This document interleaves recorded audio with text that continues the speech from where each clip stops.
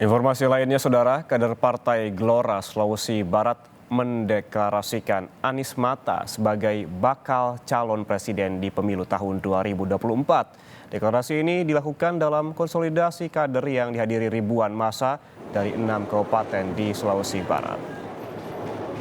Ya, diantar dengan ratusan becak motor, Ketua Umum Partai Gelora Anies Mata tiba di acara konsolidasi pemenangan pemilu 2024 di Polewali Mandar, Sulawesi Barat.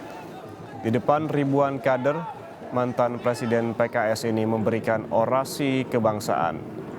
Partai Gelora optimistis mendapatkan kursi di parlemen dan menjadikan Anies Mata sebagai bakal calon presiden di pemilu tahun 2024.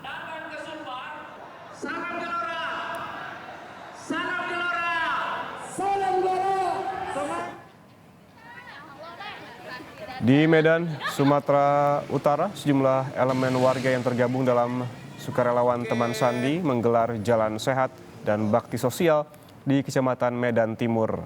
Aksi ini dilakukan sebagai bentuk dukungan terhadap Menparekraf Sandiaga Uno.